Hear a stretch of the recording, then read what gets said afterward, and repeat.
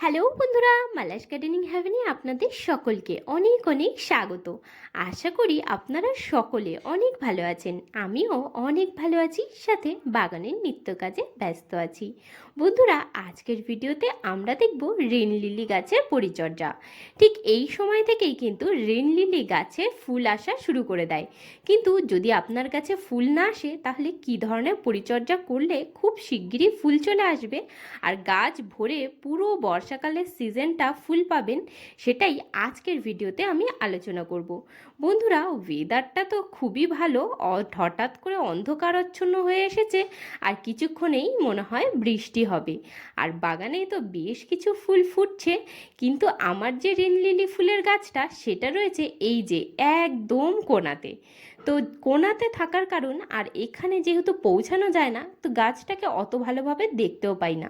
তো আজকে বার করে দেখছে পুরো গাছটায় ভরে কুড়ি চলে এসেছে। আর কিন্তু তার সাথে হয়েছে গাছের মধ্যে প্রচুর পরিমাণে ঘাস বা আগাছা। তো এই আগাছাগুলোকে আমাকে এখন তুলে পরিষ্কার করতে হবে, কিন্তু এইগুলো তোলা কিন্তু খুব একটা সহজ হবে না, কারণ রেন লিলির পাতা আর এই ঘাসের পাতা মোটের উপর একই রকম দেখতে। আর একবার যদি গাছকে টেনে ছিঁড়ে ফেলি, তাহলে কিন্তু গাছের অনেকটাই ক্ষতি হবে। তার জন্য খুবই সময় নিয়ে ধীরে সুস্থে সমস্ত আগাছাকে তুলে ফেলতে হবে। যেহেতু গাছটা কোনায় ছিল, সেহেতু এই জিনিসগুলো লক্ষ্য করা হয়নি। আর রেন লিলি ফুল কিন্তু এখন থেকেই ফোটা শুরু করে দিচ্ছে বাগানে। আপনাদের গাছে যদি ফুল না আসে, তাহলে আপনারাও আমার মতনভাবে গাছের পরিচর্যা কিন্তু শুরু করে দিতে পারেন। একটা একটা করে সমস্ত আগাছাগুলোকে তুলে নেব। রেন লিলির কিন্তু অনেকগুলো কালার হয়, যেমন সাদা, গোলাপি, আমার এই যে এটা রয়েছে হলুদ, লাল।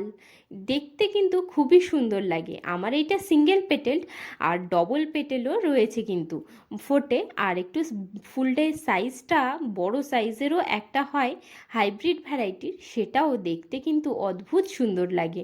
তো আমি তো এখনও সেগুলো লাগাইনি, তবে ইচ্ছা আছে যে আমাদের এখানে নার্সারিতে যখন হাইব্রিড ভ্যারাইটির রেন লিলি চলে আসবে, আমি সেগুলোকেও নিয়ে এসে লাগাবো। আপাতত এই হলুদটাই পেয়েছিলাম, তো আগের বছর এটা নিয়ে এসে লাগিয়েছিলাম। তো এই দেখুন, একটা একটা করে ঘাস খুবই সাবধানে তুলে তুলে ফেলে দিতে হবে। বন্ধুরা, রেন লিলি ফুল গাছ পুরো বর্ষাকাল জুড়ে ফুল দেয়। গাছে কিন্তু খুব একটা পরিচর্যা কিছুই লাগে না। নিচে ছোট ছোট পেঁয়াজের মতন বাল্ব থাকে, আর বাল্ব থেকেই কিন্তু খুব সহজে গাছকে গ্রো করা যায়। আর এই সময় মানে এপ্রিল মে মাস নাগাদ আপনারা নার্সারিতে কিন্তু এই গাছের বাল্বও পেয়ে যাবেন, আবার ছোট চারাও পেয়ে যাবেন। 10 টাকা করে ছোট ছোট পিস নেয়, বা 20 টাকায় একটা গ্রো ব্যাগের মধ্যে 4-5টা ছোট ছোট গাছ আপনাকে আপনার আশেপাশের নার্সারি বা গাছের দোকানে খুবই কিন্তু সহজে পেয়ে যাবেন। এটা একটা খুবই লো মেনটেনেন্সের গাছ। আর এই যে দেখতে পাচ্ছেন কুঁড়িগুলো এসেছে, এই কুঁড়িগুলো থেকে ফুল ফুটবে, আর সেই ফুলের ডগাতেই কিন্তু দানা তৈরি হবে। আর দানা পড়েই কিন্তু অসংখ্য চারা তৈরি হয়ে যাবে। আর একটা গাছ থেকে অসংখ্য চারা যখন তৈরি হবে, সেটা সেই সমস্ত ছোট ছোট চারা, মানে দানা থেকে যে সমস্ত চারাগুলো বছরের প্রথমে তৈরি হয়, তো সে বছর ফুল পাওয়া যায় না, তবে সেই চারাগুলো সামনের বছর ফুল দেওয়ার জন্য রেডি হয়ে যায়।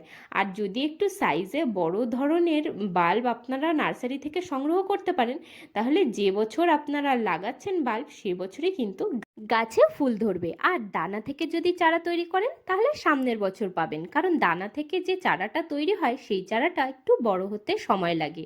যখন বাল্ব পুরোপুরি পরিণত হয়, একটু সাইজে বড় হয়, তখনই সেই বাল্ব থেকে ফুল ফোটে, আর ফুলের ডগায় আবার দানা তৈরি হয়। এইভাবেই একটা সাইকেল চলতে থাকে। এবার আসি এই গাছের মাটি তৈরির বিষয়ে। মাটি তৈরিটা কিন্তু একটুখানি ধ্যানে রেখে আপনাদেরকে করতে হবে, কারণ এটি একটি বাল্বাস গাছ, মানে গোড়াতে পেঁয়াজের মতন বাল্ব তৈরি হয়। আর যে কোনো বাল্বাস গাছেরই একটা খুবই গুরুত্বপূর্ণ কথা হলো, গাছের মাটি ভিজে থাকবে, কিন্তু অতিরিক্ত পরিমাণে জল জমলে তাহলে কিন্তু গাছের যে বাল্ব আছে সেগুলো পচে যাবে, পচে মারা যাবে। আর এদিকে দেখুন, এতগুলো ঘাস হয়েছিল, এই সমস্ত ঘাসকে পরিষ্কার করে নিয়েছি। আর এবার হলো এই এতগুলো রয়েছে গাছ। আর গাছের থেকেও বেশি গাছটি দেখতে পাচ্ছি কুঁড়ি এসেছে, প্রচুর পরিমাণে ছোট ছোট কুঁড়ি রয়েছে। কিছুদিনেই কিন্তু এর থেকে ফুল ফোটাও শুরু করে দেবে। বন্ধুরা, এবার আসি এ গাছের পোকার আক্রমণের বিষয়ে। এ গাছে এক ধরনের পোকা হয়, নরম নরম একটু শুয়োপোকার মতন, কিন্তু আল থাকে না। তবে ওই পোকাগুলো যদি একবার হয় তাহলে নিচ থেকে কিন্তু বাল্ব খেয়ে একদম শেষ করে ফেলবে।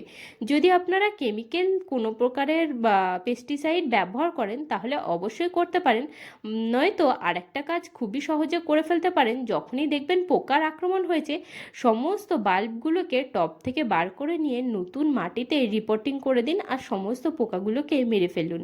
তাহলেই কিন্তু বাঁচানো সম্ভব, নয়তো ওর মধ্যে থেকে একটা পোকা থেকে অসংখ্য পোকা একটা একটা করে হতে থাকে আর পুরো বাল্বগুলোকে খেয়ে শেষ করে ফেলে।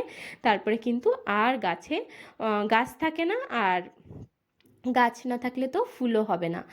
আর বন্ধুরা, যদি আপনাদের রেন লিলি গাছে ফুল না ফোটে তাহলে আপনারা এই সময় একটা কাজ করতে পারেন। সেটা হলো, এই যে পাতাগুলো আছে এই পাতাগুলোকে কেটে ফেলুন। একদমই যতখানি সম্ভব নিচের দিক থেকে কেটে ফেলুন। তাহলে কি হবে, নিচ থেকে পরে যে নতুন পাতা বার হবে তার সাথে সাথে কিন্তু কুঁড়িও আসবে আর গাছ ভরে ফুল দেবে। আর এবার আসি এ গাছের খাবার দেওয়ার বিষয়ে। বন্ধুরা, যখন এ গাছে ফুল ফোটে না, অর্থাৎ বর্ষাকাল ছাড়া অন্যান্য সম্পূর্ণ সিজনে, তখন এই গাছকে খুবই সামান্য সরিষার খোল পচা জল মাসে একবার কি দুবার দিয়ে দিলেই যথেষ্ট। কিন্তু এই যে বর্ষাকালে এর যে ফুল ফোটার সিজন, তখন কিন্তু এ গাছকে একটুখানি ব্যানানা পিল ফার্টিলাইজার দেওয়া জরুরি। তো ব্যানানা পিল ফার্টিলাইজারের জন্য আপনারা কলার খোসাকে 7 দিন এইভাবে ভিজিয়ে রেখে যে জলটা তৈরি হবে সেই জলটাকেই কিন্তু গাছের মধ্যে দিতে পারেন। আর গাছে এই খাবারটা দেওয়ার আগে মাটিটা একটুখানি শুকনো করে নিলে খুবই ভালো হয়, তাহলে গাছ খাবারটা খুব সহজে গ্রহণ করতে পারে। তো এই দেখুন, 1 বাটি জল নিয়ে নিয়েছি, এই জলটাকে আমি দিয়ে দিচ্ছি গাছের মধ্যে। এই ব্যানানা পিল ফার্টিলাইজারের মধ্যে কিন্তু নাইট্রোজেন, পটাশিয়াম, ফসফরাস আর গাছের জন্য প্রয়োজনীয় অনেক অনুখাদ্য থাকে। এতে কিন্তু ফুল খুব সুন্দর ফোটে। বন্ধুরা, কালকের ভিডিওতে যে দেখিয়েছিলাম খাবার দেওয়ার পরে, আজকে দেখুন গাছে 3টে ফুল ফুটেছে আর ফুলগুলো দেখতে কত সুন্দর হয়েছে। আর কুঁড়িগুলো এখন দেখতে পাচ্ছেন বেশ বড় সাইজের হয়ে গেছে। আর এই বাদবাকি কুঁড়িগুলো কালকে অবশ্যই ফুটে যাবে। তো বন্ধুরা, আজকের ভিডিওটা আমি এখানেই শেষ করছি। আপনাদের সাথে দেখা হচ্ছে আবার পরের ভিডিওতে। আপনারা সবাই ভালো থাকবেন, সুস্থ থাকবেন। আর ভিডিওটা যদি ভালো লাগে লাইক, শেয়ার, সাবস্ক্রাইব করে আমার পাশে থাকবেন। আর যদি ভিডিও রিলেটেড কোনো রকমের প্রশ্ন থাকে তাহলে কমেন্টে আমাকে অবশ্যই জানাবেন। আজকের মতন আসি, টাটা বন্ধুরা।